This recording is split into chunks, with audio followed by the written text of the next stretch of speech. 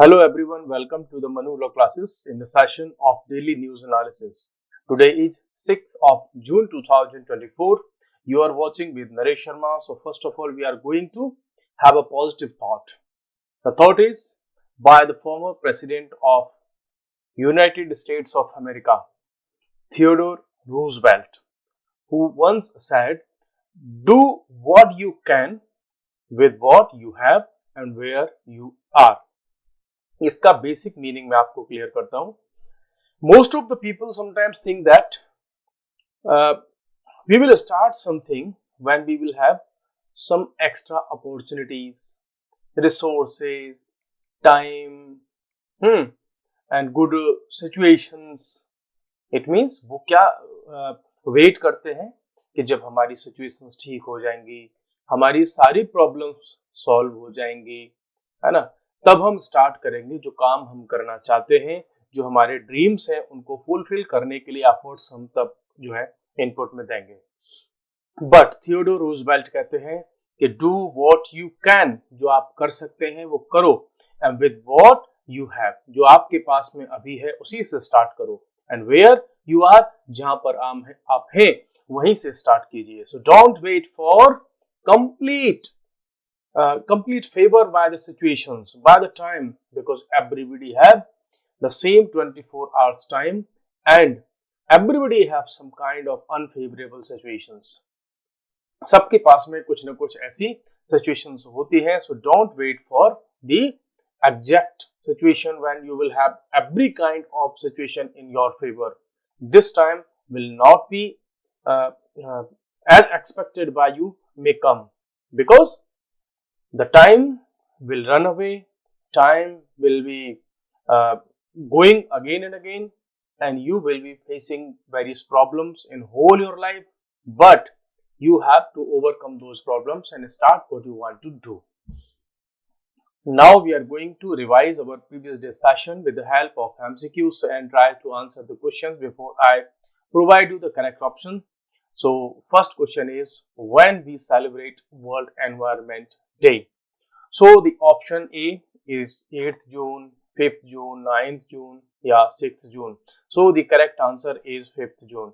We celebrate the World Environment Day every year, that is on 5th of June. Question number 2. World Environment Day celebration was started in. So when it was started to celebrate the World Environment Day on the 5th of June. So it started in 1973 by the UNEP. So UNEP started. United Nations Environment Program is the authority or the organization organization which organizes all over the World Environment Day. So answer of the question number 3 will be United Nations Environment Program. This is United Nations Framework Convention on Climate Change. It has no relation with the National or World Environment Day. Question number 4.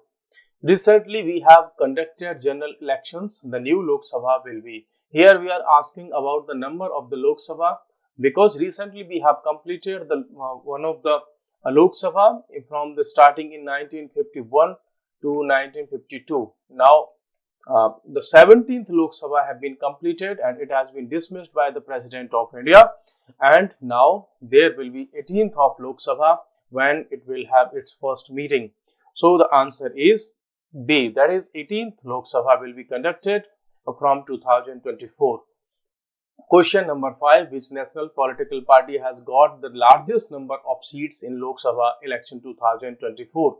In the recent election, here you have to find out that which party has the largest number of seats in the Lok Sabha elections. It is Indian National Congress or Bharatiya Janata Party BJP or Aam Aadmi Party or Nation Congress Party. There is no such kind of party. The correct answer is Bharatiya Janata Party. It got 240 seats as its own candidates. Although it have more seats with the help of other its allied partners, that is known as NDA, who have been elected as the Chief Minister of Andhra Pradesh, because as one of the ally of NDA.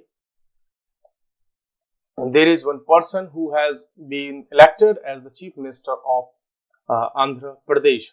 So it is obviously Chandrababu Naidu who is supporting the central government, the BJP government in the center at India level, and he is also the ally of NDA partners. Which political party won all seats in Lok Sabha constituencies in Delhi? So which one is the political party who have completely uh, dismissed other parties from the battle of election contesting? So it is Aam Aadmi Party, Indian National Congress, Bharatiya Janata Party. It is Bharatiya Janata Party which won all the seats in the constituencies, Lok Sabha constituencies in Delhi. Question number 8. NTPC is a central government company. What is its full form? So its full form is National Thermal Power Corporation. Next question is, which one is the top authority in India to supervise stock market? You know, in last session we discussed about the downfall of the stock market in India, and there were various stocks of the various companies which failed down rapidly, and various investors in the country experienced the loss, huge losses. So there is an authority in India which supervises, superintendent, and have the authority over the stock market in India, that is SEBI, Stock Exchange Board of India.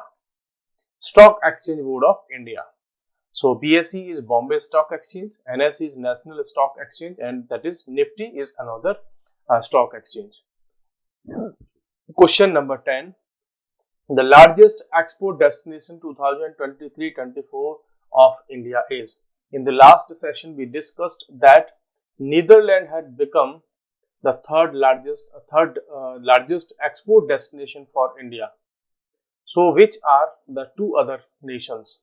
The first one is, so which one is the first country where India exports its most of the items or products or services? So it is the USA. So USA is the largest export destination for India, and Netherlands is at the third place and UAE is at the second place. So in the recent financial year, USA is the largest or the main destination, that is export destination. Not here we are not talking about the trade partner, because if we will talk about the trade partner, then China will be the first country. But here we are talking about that India export. Okay, so most of the items from India is exported to USA, then second number UAE, United Arab Emirates, and the third destination is Netherlands. So now we are going to discuss today's important current affairs.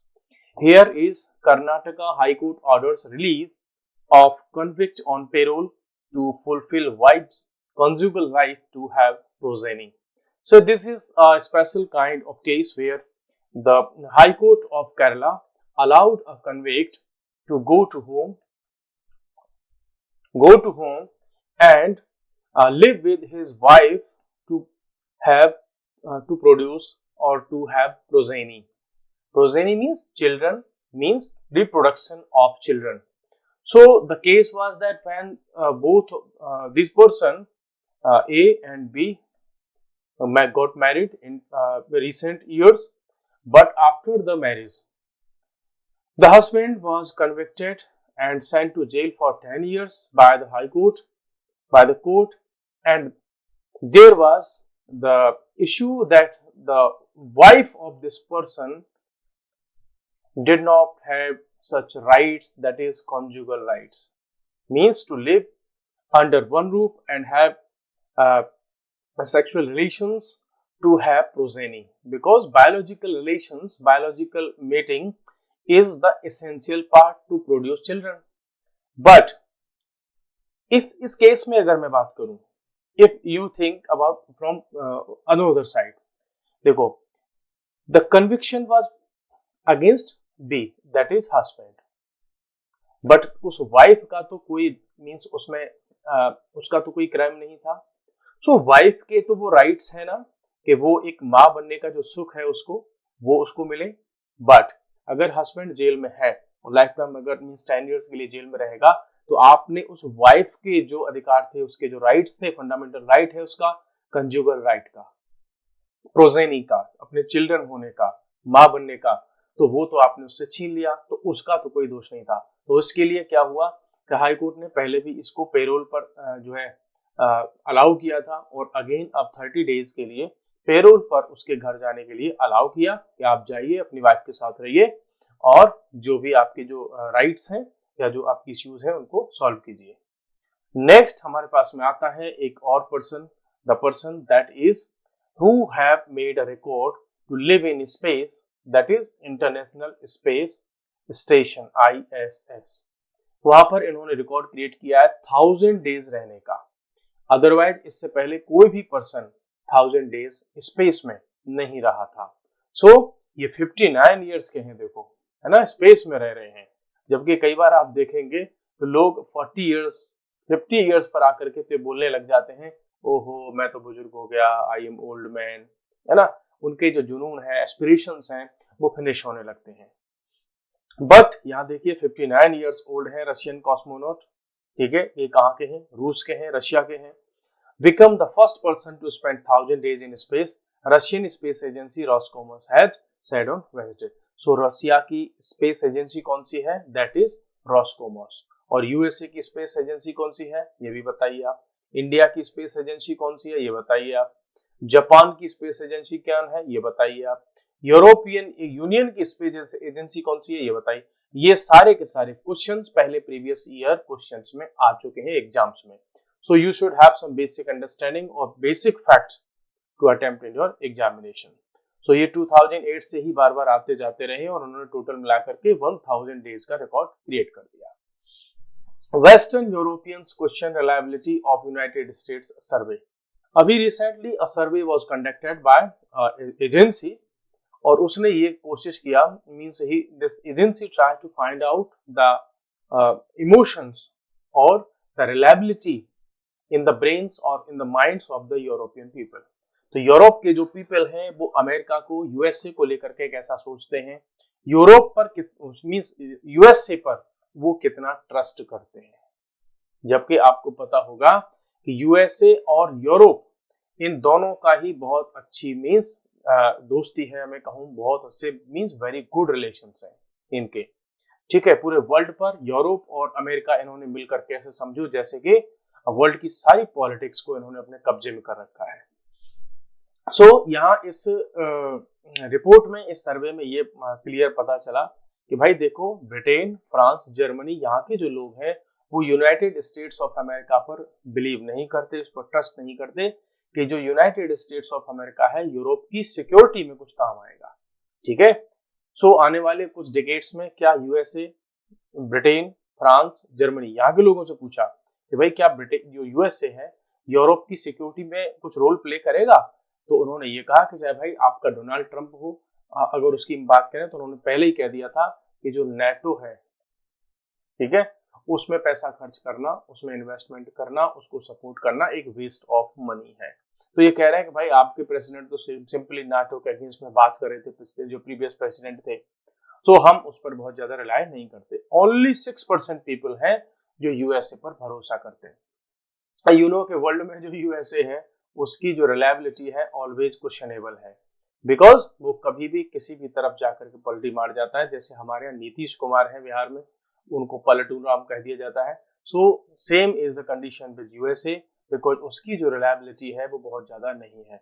Even USA में अगर हम बात करें तो USA के 24% ही ये मानते हैं कि जो यूनाइटेड स्टेट्स ऑफ अमेरिका है उसकी फॉरेन पॉलिसी, उसके रिलेशंस रिलायबल है, जब खुद के ही कंट्री में 24% ये मान रहे हैं कि वो मींस रिलायबल है। जैसे कि हम देखते हैं कि यूक्रेन और रशिया का जो इन्वेजन हुआ तो स्टार्टिंग में यूएसए ने, नाटो कंट्रीज ने कहा था कि हम आपका साथ देंगे, लेकिन यूक्रेन बेचारा अकेला लड़ रहा है और उसको इन्होंने युद्ध में धकेल दिया, पुश कर दिया, और आज भी वो अकेला लड़ रहा है। डाउट्स के रीजन क्या है जो अभी मैंने आपको बताए, ऐसे ही बहुत सारे रीजन्स हैं, इसीलिए उस पर कोई भी जो है ट्रस्ट नहीं करना चाहता।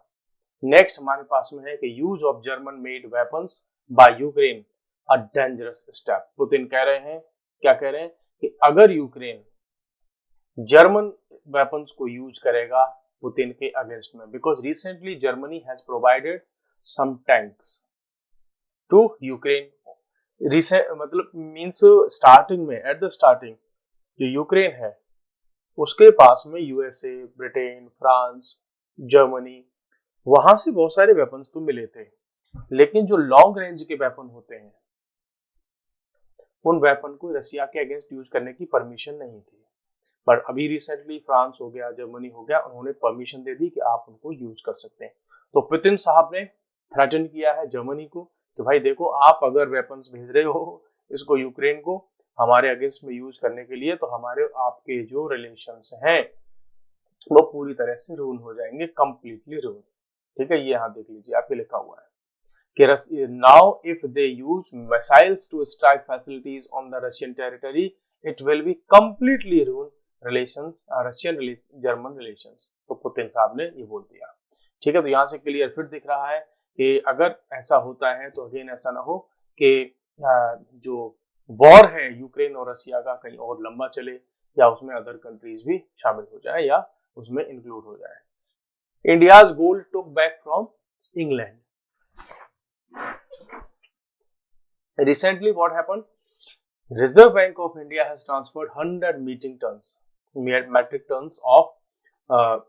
tons of gold from United Kingdom to domestic vaults in 2024. You know, in 1991 में जब इंडिया में फाइनेंशियल क्राइसिस की सिचुएशन बनी थी, तो हमने इंग्लैंड की बैंक में 100 मीट्रिक टन्स जो है अपना गोल्ड वहां पर एज ए कोलेटरल रखा था, गिरवी रखा था, तब जाकर के वहां से हमें पैसा मिला था क्राइसिस को जो है डील करने के लिए। और तब से देखो आप 1991, और तब से अगर आप इसमें ऐड करोगे तो अराउंड 30 इयर्स आप इसमें ऐड कर सकते हैं। ठीक है, 30 इयर्स के आसपास और ज्यादा ही ऐड कर सकते हैं कि 31, 33 के आसपास अगर हम इसमें ऐड करें इयर्स, तब से अभी तक इंडिया की गवर्नमेंट आरबीआई उस गोल्ड को इंडिया नहीं ला पाई थी। लेकिन अभी रिसेंटली जो गवर्नमेंट ऑफ इंडिया है उसने अपने जो मनी है, सॉरी जो गोल्ड है, उसको इंग्लैंड से वापस मंगा लिया। It is the gold held by a country central bank, RBI. अब इसके बारे में अगर हम बात करें कि गोल्ड रिजर्व होता क्या है, सो जो कंट्री की कोई भी सेंट्रल बैंक होती है वो कुछ गोल्ड अपने पास में बैकअप में रखती है, financial promises and store of value. तो उसको हमेशा गोल्ड में कुछ ना कुछ गोल्ड रिजर्व में रखा जाता है। इंडिया लाइक अदर नेशंस, हम भी दूसरे कंट्रीज की तरह गोल्ड रिजर्व रखते हैं और फॉरेन कंट्रीज में भी रखते हैं, अदर कंट्रीज भी फॉरेन कंट्रीज में रखते हैं। उसका रीजन होता है कि जो रिस्क होती है उसको कम करने के लिए, प्लस जो फॉरेन कंट्रीज होते हैं उनके साथ में हमारा ट्रेड बना रहे, क्योंकि पूरे वर्ल्ड में एक मैसेज चला जाता है कि इनके पास में इतना गोल्ड रिजर्व रखा हुआ है। इंडिया टोटल गोल्ड रिजर्व अभी हम बात करें तो 822 मीट्रिक टन्स है 2024 की। अगर हम बात करें तो India's gold reserves are primarily कहां पर स्टोर रहते हैं? हमारा गोल्ड रिजर्व रहता है बैंक ऑफ इंग्लैंड में। क्यों? क्योंकि वहां की जो सिक्योरिटी है बहुत ही ज्यादा स्ट्रिक्ट है, तो वहां पर गोल्ड रिजर्व जो है वो सिक्योर रहता है। आरबीआई स्टोर, अब हम बैंक ऑफ इंग्लैंड में भी अपना स्टोर रखते हैं गोल्ड, और अदर कंट्रीज में भी रखते हैं। जैसे कि उसमें से कुछ पोर्शन गोल्ड रिजर्व हम रखते हैं bank for international settlements Basel, ठीक है, जो कि स्विट्जरलैंड में है। और हम कुछ गोल्ड रखते हैं अपना न्यूयॉर्क में, that is in United states of America में। सो सारे के सारे कंट्रीज ऐसे हैं जो बहुत सारी जगह पे अपना गोल्ड रिजर्व रखते हैं। ठीक है, do you know, it means देखो एक बात देखो कि यहाँ से एक मैसेज क्लियर जाता है कि इसका मतलब आरबीआई अगर अपने पास में इस गोल्ड को रखेगी तो आरबीआई की आपको अपनी सिक्योरिटी पर यह भरोसा नहीं है कि हम अपने गोल्ड को यहाँ पर सिक्योर रख सकें। इसीलिए तुम अदर कंट्रीज में रख रहे हैं कि वहां पर जो है हमारा गोल्ड जो है सिक्योर है। और ये देखो, अगर मैं कहूँ तो ये वाला पॉइंट मैंने आपको बता दिया कि 1991 के में जब हमारे यहाँ फाइनेंशियल क्राइसिस की सिचुएशन हुई थी, तब हमने वहां से अपना गोल्ड उनके यहाँ गिरवी रखा था और वापस जो है उसके बदले में हमने फॉरेन करेंसी मिली थी। If we talk about the top most countries who have the highest amount of gold reserve, so ये कौन कौन से कंट्री हैं और इसकी रिपोर्ट कौन देती है? That is world gold council. ये बताती है वर्ल्ड के गोल्ड का जितना भी फ्लो है वर्ल्ड में, गोल्ड का जितना भी फ्लो है वर्ल्ड में, कि कौन कितना इंपोर्ट करता है, कितना प्रोडक्शन होता है, how much one country have the reserves, ये सारा डेटा होता है इसके पास में, वर्ल्ड गोल्ड काउंसिल के पास में। So if we talk about the current ranking of the countries, then United States of America is the country who have the largest gold reserves, जो कि 8,133 टन है। Germany is the second number पे है और Italy is on the third पर। और अगर हम इंडिया की बात करें तो इंडिया तो काफी पीछे है गोल्ड रिजर्व में, हम अभी 1000 पर भी नहीं पहुंचे हैं, जबकि उनके पास में 8000 जो है। देखो हमारी फैमिलीज में भी, घर पे भी, जब कोई भी इंडियन फैमिली की अगर हम बात करें तो जिनके जो है जो विमेन होती हैं घर में, ठीक है, और जब उनकी महिलाएं बहुत सारा गोल्ड वगैरह पहन करके निकलती हैं तो उससे एक इंडिकेशन जाता है सोसाइटी में, रिलेशनशिप में, रिश्तेदारों में, कि भाई ये रिच फैमिली है। और गोल्ड का घर में होना ये एक इंडिकेशन होता है कि ये फैमिली कैसी है, रिच है। सो कई बार आपने देखा होगा कि इंडियन सोसाइटी में एक कल्चर है, जब भी मैरिज वगैरह होती है या कोई पार्टीज वगैरह होती हैं तो जो वुमेन होती है कहीं की, बहुत सारे अमाउंट में वो गोल्ड वगैरह या अपना जो ज्वेलरी होती है उसको पहन करके निकलती हैं। सो एक्चुअली इंडियन कल्चर को अगर आप पढ़ोगे, इंडियन सोसाइटी को ठीक से पढ़ोगे, सोशियोलॉजी में अगर आप जाकर के पढ़ोगे, सो आपको यहाँ से भी आइडिया लगेगा कि गोल्ड अगर घर पे आपके है, बहुत सारी ज्वेलरी घर पे है, तो इट मीन्स आप रिच हैं, आपके पास में एक रिजर्व में गोल्ड रखा हुआ है जो आप कभी भी इमरजेंसी में उसको यूज कर सकते हैं। ओल्ड जो सोसाइटी हमारी थी, आज भी है, उसमें महिलाएं क्या करती थी, हस्बैंड से या घर से कहीं से भी पैसा मिलता था, वो थोड़ा थोड़ा पैसा करके उसको मीन्स स्टोर करते थे उस मनी को, और धीरे धीरे जा करके उससे कुछ ना कुछ गोल्ड वगैरह बनाते रहते थे। कभी एक छोटी रिंग बनवा ली, कभी एक कोई गोल्ड की चेन बनवा ली, महिलाएं वो पैसा इकट्ठा कर करके, सेव करके, और उसमें से ज्वेलरी बनाती रहती थी, ठीक है। और वो लेटर पीरियड में आकर के वही पैसा जो है उस फैमिली के लिए एक ऐसे समझो बैक एंड सपोर्ट का काम करता है वो पैसा, ठीक है। तो कई बार लोगों को लगता है यार हमारी वाइफ तो पैसा जो है पॉकेट से निकाल लेती है और चैन बनवा लेती है, वो धीरे धीरे स्लो स्लो करके जो है पैसा मीन्स जो है सेव हो जाता है और अल्टीमेटली उस फैमिली के ही काम आता है।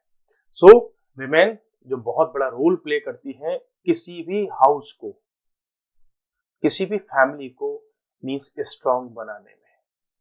अब अगर ऐसी फैमिलीज में मीन्स इस तरीके से अगर वुमेन अपना काम जो है स्लोली स्लोली अगर मैनेज करती हैं, गोल्ड वगैरह बनवाती रहती हैं, सेविंग्स करती रहती हैं, तो वही आगे चल करके हमारे उन चिल्ड्रन के लिए, उस फैमिली के लिए एक बहुत बड़ा रिजर्व बन जाता है, जो आगे चल करके सपोर्ट करता है, इमरजेंसी में काम आता है। So guys, today we have discussed multiple articles and news, questions and some concepts, facts, and now we are going to end this session for today, and we will meet again with another session. So goodbye, take care.